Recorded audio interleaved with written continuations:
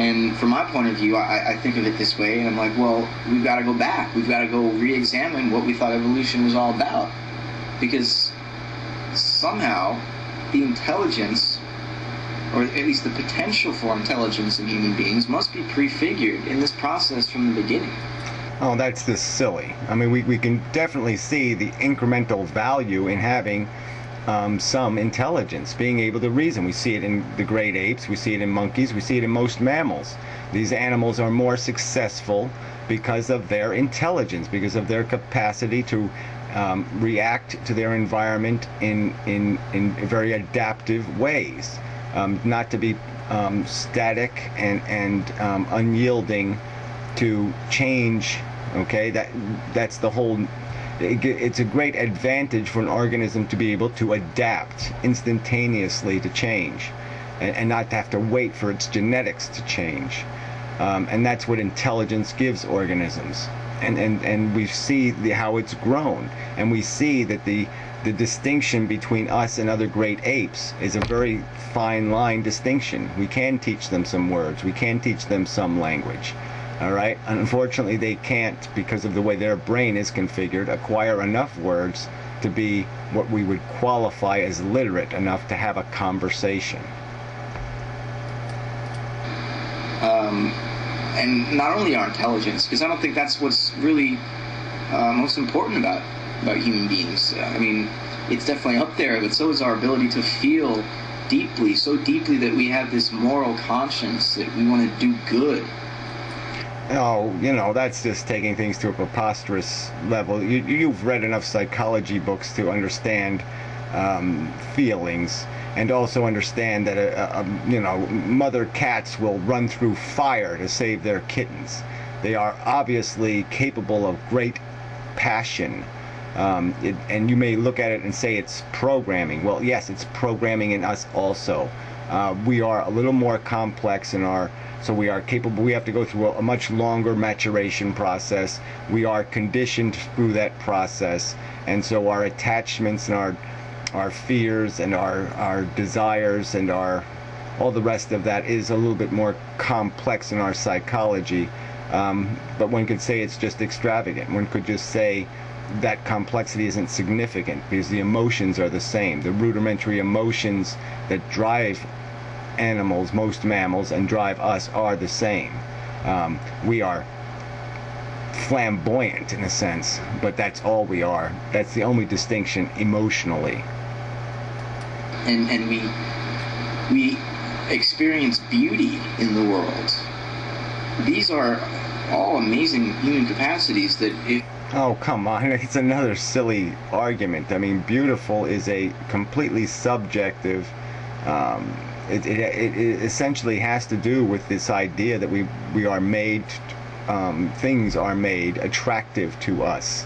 The brain is programmed so we will tend towards certain behavior. We will tend to consume food, and we will tend to reproduce and have sex with the opposite sex and the rest of that.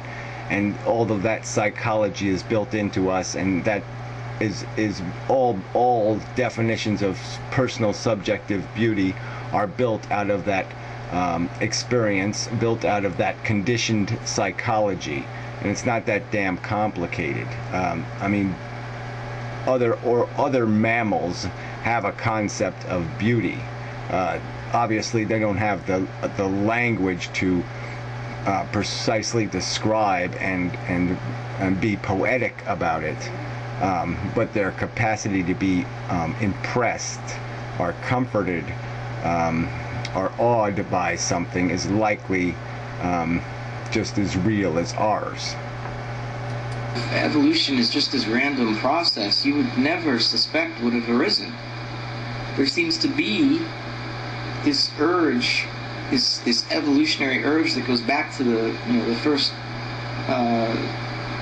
single-celled bacterium that wanted to be, that's driving us forward, leading to more complexity. Wanted to be a single cell that wanted to be.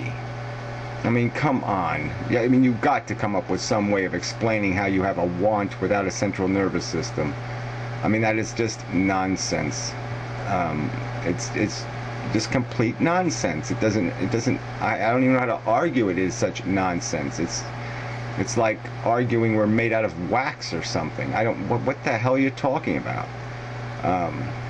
You have to have a central nervous system to have this mind capable of wanting to be something, and beyond that, again, the controlling factor is natural selection.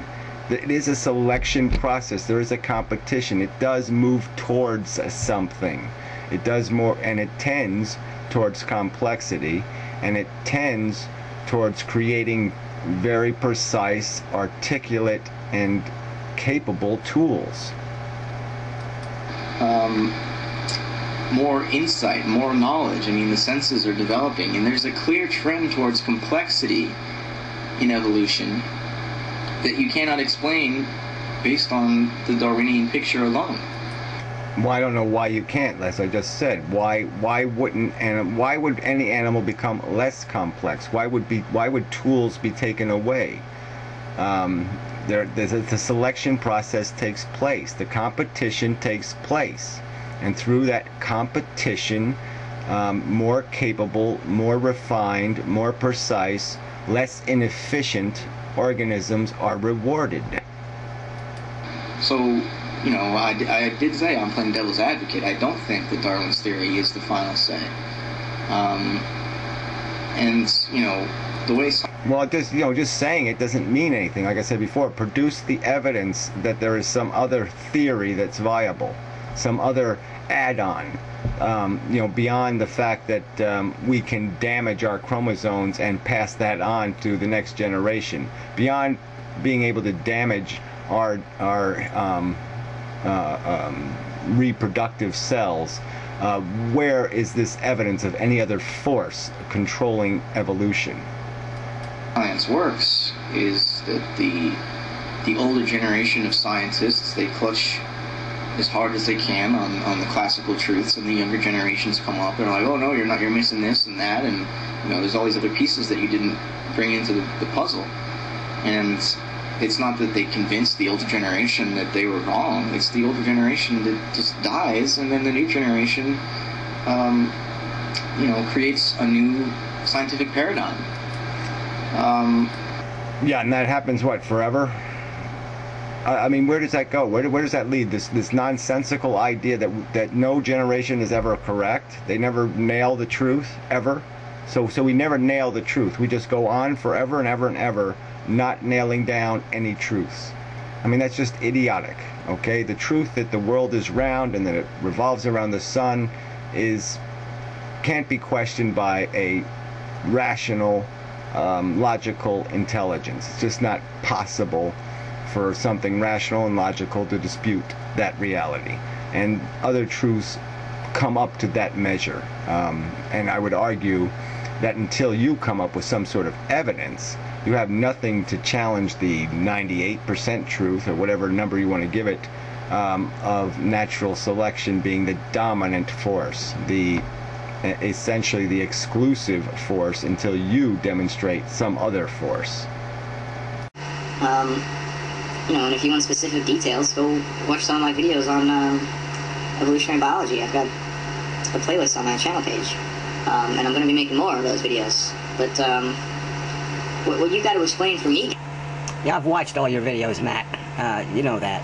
And whatever videos are in your playlist are bullshit if they're making some point beyond a preposterous exaggeration of science that's completely unestablished. Is how does intelligence exist? How did it come to be in an evolutionary process which is completely blind, irrational, and purposeless? Well, it's not completely blind, okay, and it's certainly not without a strategy by implication. As stated, it's a competitive, through competition and selection, something better, something. It's a distinct end, essentially, that is the objective, which is this: be the most efficient creature mutation can create, is essentially what wins. All right. So through billions of mutations, organisms can acquire great efficiency at exploiting particular environments. So, the end. Well, look, I'll just add, intelligence is just another one of the features. It has been refined by natural selection. It has been augmented. It has been enhanced. I would still argue that there's really no reason, as we see in evolution, to go too far with intelligence. It's not a great tool, and it's not a tool it can build. It builds things incrementally, things it can enhance little by little. And making intelligence work as ours does, where it has to be educated through collection of 10,000 years worth of information, isn't something natural selection is likely to select for. But the fact that it's unlikely does not mean it didn't happen. And it does not mean that all the evidence points to the fact that it did in fact happen that way.